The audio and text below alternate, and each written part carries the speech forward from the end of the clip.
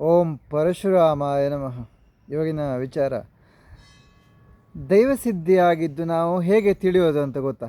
ನಾನು ನಿಮಗೆ ಈ ವಿಚಾರದ ಬಗ್ಗೆ ತಿಳಿಸ್ಕೊಡ್ತೇನೆ. ಹೌದು, ದೈವಸಿದ್ಧಿ ಆಗೋದು ನಾವು ಹೇಗೆ ತಿಳಿಯೋದು, ಉದಾಹರಣೆ ಕೊಡ್ತೇನೆ ವೀಕ್ಷಕರೇ. ಈಗ ಸಾಮಾನ್ಯರು ಕೂಡ ದೇವಸ್ಥಾನಕ್ಕೆ ಹೋದ ತಕ್ಷಣ ಫೋನ್ ಬರ್ತದೆ, ಗೊತ್ತಾ ನಿಮಗೆ? ನೀವು ಮಾತಾಡ್ತಾ ದೇವರ ದರ್ಶನ ಮಾಡೋದನ್ನು ಮರೆತು ಅಲ್ಲೇ ಕೂತ್ಕೊಂಡು ಟೈಮ್ ಆಗೋಯ್ತು ಅಂತ ಹೋಗಿಬಿಡೋಣ ಅಂತ ಮನೆಗೆ ಹೋಗಿಬಿಡ್ತೀರ. ಅಂದರೆ ನಾವೊಂದು ಒಳ್ಳೆಯದನ್ನು ತೊಗೊಂಡು ಬರೋಕ್ಕೆ ಹೋಗಿದ್ದೀವಿ ದೇವಸ್ಥಾನಕ್ಕೆ. ಆಗ ನಮಗೆ ಒಂದು ಫೋನ್ ಬರುತ್ತೆ, ಏನೋ ಒಂದು ವಿಚಾರ, ಬೇಡದೇ ಇರೋ ವಿಚಾರನೋ ಅಥವಾ ಬೇಕಾಗೋ ವಿಚಾರನೋ, ಅದು ಬಿಡ್ರಿ.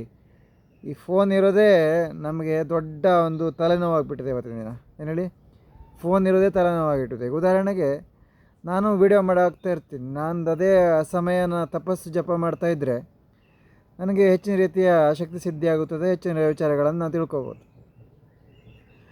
ವೀಡಿಯೋ ಮಾಡೋಕ್ಕೋ ಕೆಲವರು ಕೇಳಿದರೆ ಯೂಟ್ಯೂಬಲ್ಲಿ, ಫೇಸ್ಬುಕ್ಕಲ್ಲಿ, ನೀವು ವೀಡಿಯೋ ಮಾಡೋಕ್ಕೋ ಉದ್ದೇಶ ಏನು ಅಂತ. ಹೌದು, ನಾನು ತಿಳ್ಕೊಂಡಿದ್ದನ್ನು ನಿಮಗೆ ತಿಳಿಸೋದೇ ವೀಡಿಯೋ ಮಾಡೋಕ್ಕೋ ಉದ್ದೇಶ.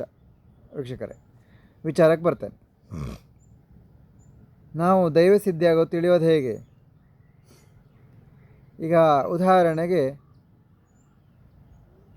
ಓಂ ಪರಶುರಾಮಾಯ ನಮಃ, ಓಂ ಪರಶುರಾಮಾಯ ನಮಃ. ಮೊದಲು ನಾವು ದೈವಸಿದ್ಧಿ ಅಂದರೆ ಏನು ಅಂತ ತಿಳ್ಕೋಬೇಕು. ಈಗ ಇದೊಂದು ದೇಹ. ಈಗ ನೋಡಿ, ನನ್ನ ಮುಖದಲ್ಲಿ ಕಳೆ ಹೇಗಿದೆ, ರೂಪ ಯಾವ ಥರ ಬದಲಾಗಿದೆ. ಈಗ ನಾನು ಪರಶುರಾಮರ ಒಂದು ನಾಮವನ್ನು ಹಾಕಿದ್ದೇನೆ, ಅವರ ಜಡೆಯನ್ನು ಕಟ್ಟಿದ್ದೇನೆ. ಹಾಗೆ ಅವರಂತೆ ಒಂದು ಶಿವಾಸನದಲ್ಲಿ ಕುಳಿತುಕೊಂಡಿದ್ದೇನೆ. ಹೀಗೆ ನಾವು ರೂಪವನ್ನು ಬದಲಾಯಿಸ್ಕೊಳ್ಬೋದು. ಇನ್ನು ಸಿದ್ಧಿ ಮಾಡೋದು ಹೇಗೆ? ಸಿದ್ಧಿ ಅಂದರೆ ಹೇಗೆ? ಈಗ ಒಂದು ಪರಶುರಾಮರ ಒಂದು ಮೂರ್ತಿ ಇದೆ ಅಂತ ಅಂದ್ಕೊಳ್ಳಿ. ಪರಶುರಾಮರ ಒಂದು ಮೂರ್ತಿಯೇ ಬೇಕು ಅಂತ ಅಲ್ಲ, ಪರಶುರಾಮರ ಒಂದು ನಾಮ ಇದ್ದರೂ ಸಾಕು. ಪರಶುರಾಮ, ಓಂ ಪರಶುರಾಮಾಯ ನಮಃ, ಪರಶುರಾಮಾಯ ನಮಃ. ಮನಸ್ಸು ಮಾಡಿದರೆ ಒಂದು 4-5 ದಿನ ನಾವು ಸರಿಯಾಗಿ ಜಪ ಮತ್ತು ಬಾಯಿಂದ ಹೇಳ್ತಾ ಇದ್ದರೆ ನಾವು ಅವರ ರೂಪವನ್ನೇ ಹೊಂದ್ತೀವಿ. ನಾನು ಅಂತಲ್ಲ, ಎಲ್ಲರೂ ಸಹ.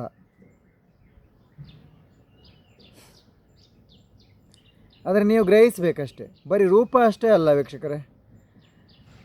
ನಾವು ಸರಿಯಾಗಿ ಅವರದೇ ಆದ ಆಹಾರ ಪದ್ಧತಿಯಲ್ಲಿ, ಪರಶುರಾಮರ ಆಹಾರ ಪದ್ಧತಿಯಲ್ಲಿ ಪರಶುರಾಮರ ಒಂದು ನಾಮವನ್ನು ಹೇಳಿದರೆ ಅಥವಾ ಕರೆದರೆ ಸಾಕು. ಅವರ ಆಚಾರ ವಿಚಾರ ಹಾಗೆ ಅವರ ಗುರಿಗಳನ್ನು ನಾವು ತಿಳ್ಕೊಬೋದು. ಪರಶುರಾಮರ ಗುರಿ ಏನಿತ್ತು, ಅವರ ಆಚಾರ ಹೇಗಿತ್ತು, ಅವರ ವಿಚಾರ ಹೇಗಿತ್ತು, ಅವರ ಒಂದು ದಿನಚರಿ ಹೇಗಿತ್ತು, ಎಲ್ಲ ಒಂದನ್ನು ನಾವು ತಿಳ್ಕೊಬೋದು. ಈಗ ಉದಾಹರಣೆ ಕೊಡ್ತೀನಿ ನಿಮಗೆ. ಪರಶುರಾಮರ ದಿನಚರಿ,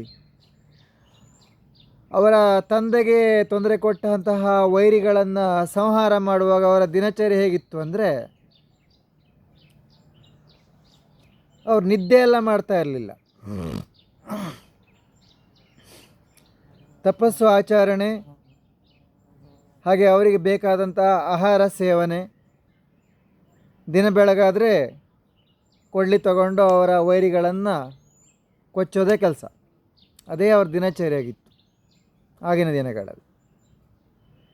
ಮತ್ತು ನೀರು ಸಿಕ್ಕಿದ್ರೆ ಸ್ನಾನ, ಮತ್ತು ತಪಸ್ಸಾಚರಣೆ, ಅವರ ಒಂದು ಮನಸ್ಸಲ್ಲಿ ಯಾರ್ಯಾರಿದ್ದರು, ಯಾವ್ಯಾವ ಜನಗಳಿದ್ದರು ಅಂಥವ್ರನ್ನು ತೆಗೆಯೋದು, ಮತ್ತು ತಪಸ್ಸಾಚರಣೆ ಮಾಡೋದು. ಇವತ್ತು ಹೇಳ್ತೀನಿ ನಿಮಗೆ, ಪರಶುರಾಮರ ಹಾಗೆ ಜಮದಗ್ನಿಯವರ ಆರಾಧನೆ ಮಾಡೋರು ಎಲ್ಲರೂ ಅಲ್ಲ, ಕೆಲವರಷ್ಟೇ. ಎಲ್ರಿಗೂ ಪರಶುರಾಮರು ಜಮದಗ್ನಿಯವರನ್ನು ಕಂಡ್ರೆ ಇವತ್ತಿಗೂ ಭಯ ಇದೆ. ಅವರ ಹೆಸರನ್ನ ಕರೆದ್ರೇ ಎದೆಯಲ್ಲಿ ಬಡ್ಕೊಳ್ಳುತ್ತೆ, ಡಗ್ ಡಗ್ ಡಗ್ ಡಗ್ ಡಗ್ ಡಗ್ ಅಂದ್ಕೊಂಡು. ಅಂದರೆ ಈ ಕಡೆ ಓಡಾಣುವೋ ಈ ಕಡೆ ಓಡೋದು ಅಂತ. ಅರ್ಥ ಆಯ್ತಾ? ಪರಶುರಾಮರು ಭಕ್ತರಿಗೆ ಕರುಣಾಮಯಿ, ಅರ್ಥ ಆಯ್ತಾ? ಆದರೆ ವೈರಿಗಳಿಗೆ ಅವ್ರು ನೋಡಿದ್ರೆ ಸಾಕು, ಅವ್ರು ನೋಡಿದ್ರೆ ಸಾಕು ಓಡಬೇಕಲ್ಲಿಂದ. ಆ ರೀತಿ ಅವರ ಒಂದು ಭಯಂಕರ ರಣಭಯಂಕರ ಒಂದು ಶಕ್ತಿ ಅವ್ರದ್ದು. ಓಂ ಪರಶುರಾಮಾಯ ನಮಃ ಅವ್ರನ್ನ ನೆನೆಸ್ಕೊಂಡ್ರೆ ನನಗೆ ಗಾಂಭೀರ್ಯ, ಧೈರ್ಯ, ಶಕ್ತಿ ಎಲ್ಲವೂ ಉದ್ಭವ ಆಗ್ತದೆ ಮೈಯಲ್ಲಿ. ಅರ್ಥ ಆಯ್ತಾ? ಆ ರೀತಿ ಇದ್ದರು ಪರಶುರಾಮರು. ಜಮದಗ್ನಿಯವರು ಅಂದರೆ ಇನ್ನೂ ಹೆಚ್ಚು.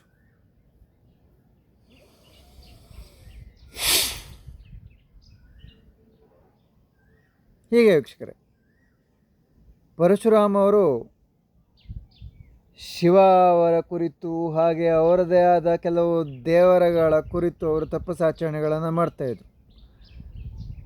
ಅವರ ಆರಾಧನೆಯ ದೈವ ಯಾರು ಅಂತ ನನಗೆ ಸರಿಯಾಗಿ ಗೊತ್ತಿಲ್ಲ ವೀಕ್ಷಕರೇ, ನಾನು ತಿಳ್ಕೊಂಡಾಗ ಹೇಳ್ತೇನೆ.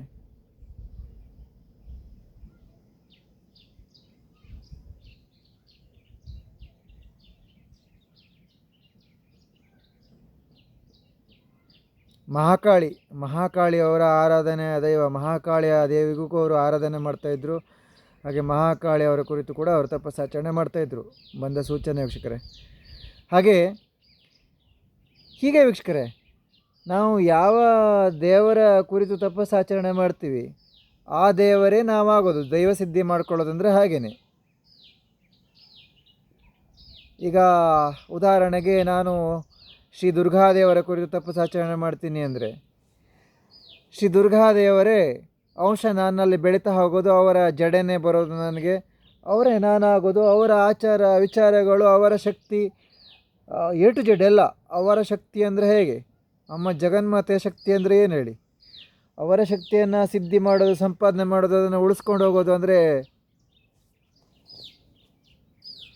ಸುಲಭನೇ ವೀಕ್ಷಕರೇ, ಕಷ್ಟ ಏನಿಲ್ಲ, ಸುಲಭವೇ. ಅದೇ ಮಾರ್ಗವಾಗಿ ಅವರು ಹೇಳಿದ ರೀತಿಯಲ್ಲಿ ಹೋಗಿಬಿಟ್ರೆ ಅದು ಕಷ್ಟವೇ ಅಲ್ಲ. ಅರ್ಥ ಆಯ್ತಾ? ತುಂಬ ಸುಲಭ ಅದು. ಅದಕ್ಕೆ ನಿಯಮಗಳು ತುಂಬ ಇರ್ತದೆ. ಶುದ್ಧತೆ, ಆಚಾರ ವಿಚಾರ, ನೀರನ್ನು ಅಳವಡಿಸ್ಕೊಳ್ಳೋ ದೇಹಕ್ಕೆ. ತಾಯಿ ಜಗನ್ಮಾತೆ ಅಂದರೆ ಏನು ಸುಲಭವ ಅಲ್ಲ, ಸಾಮಾನ್ಯರಿಗೆಲ್ಲ ಸುಲಭವ. ತುಂಬ ಕಷ್ಟ ಅನ್ನಿಸ್ತದೆ ಮನಸ್ಸಿಗೆ. ಇವತ್ತು ಜಗನ್ಮಾತೆ ಶಕ್ತಿ ಸಿದ್ಧಿ ಮಾಡೋದ, ನಾನು ಒಂದು ಜಗನ್ಮಾತೆ ಅಂಶ ಆಗೋದ ಅಂದರೆ ತುಂಬ ಕಷ್ಟ ಅನ್ನಿಸ್ತದೆ ಸಾಮಾನ್ಯರಿಗೆ. ಆದರೆ ಅದು ಕಷ್ಟ ಅಲ್ಲ, ಇಷ್ಟಪಟ್ಟರೆ ಸುಲಭವೇ. ವೀಕ್ಷಕರೇ, ತುಂಬ ಜನ ಸಿದ್ಧಿ ಮಾಡಬೇಕು ಅಂತ ಇದ್ದೀರಾ. ಕೆಲವರು ಕೇಳ್ತಾ ಇದ್ದೀರಿ ಪ್ರಶ್ನೆಗಳಿಗೆ, ಇದರಲ್ಲೇ ಉತ್ತರ ಕೊಟ್ಬಿಡ್ತೇನೆ. ಕೆಲವರು ನನ್ನ ಹತ್ರ ಕೇಳ್ತಾ ಇದ್ದೀರಿ, ಶೇಖರರೇ ನಾನು ಬರಲ್ಲ ನಿಮ್ಮ ಜೊತೆ ಇರಲ್ಲ ಅಂತ ಕೇಳ್ತೀನಿ. ನನ್ನ ಜೊತೆ ಇರಲಿಕ್ಕೆಲ್ಲ ವೀಕ್ಷಕರೇ ಅವಕಾಶ ಇಲ್ಲ. ಯಾಕಂದರೆ ನಾನು ಏಕಾಂತದಲ್ಲಿ ಇರಲಿಕ್ಕೆ ಇಷ್ಟಪಡ್ತೇನೆ. ಏಕಾಂತದಲ್ಲಿ ಅಂದರೆ ನಾನು ಜಾಸ್ತಿ ಇಷ್ಟಪಡೋದೇ ಎಲ್ಲ ಜನರಿಂದ ದೂರ. ಕೆಲವೊಮ್ಮೆ ಮನಸ್ಸಿಗೆ ಅನಿಸಿದಾಗ, ಜನರ ಕಷ್ಟಗಳನ್ನೆಲ್ಲ ನೋಡ್ಕೊಂಡು ಬರೋಣ ಅಂತ ಅನಿಸಿದಾಗ ಸಂಚಾರಗಳನ್ನು ಮಾಡ್ಕೊಳ್ತೇನೆ, ದೇವಸ್ಥಾನಗಳನ್ನು ಸುತ್ತೇನೆ. ಬಾಕಿ ಸಮಯದಲ್ಲೆಲ್ಲ ನಾನು ಏಕಾಂತದಲ್ಲಿ ಜಪ ತಪಸ್ಸಾಚರಣೆ ಮಾಡ್ತಾ ಇರ್ತೇನೆ. ಕಾರಣ ಏನಂದರೆ ಹೆಚ್ಚಿನ ಸಿದ್ಧಿಗಳನ್ನು ಮಾಡ್ಕೋಬೇಕು.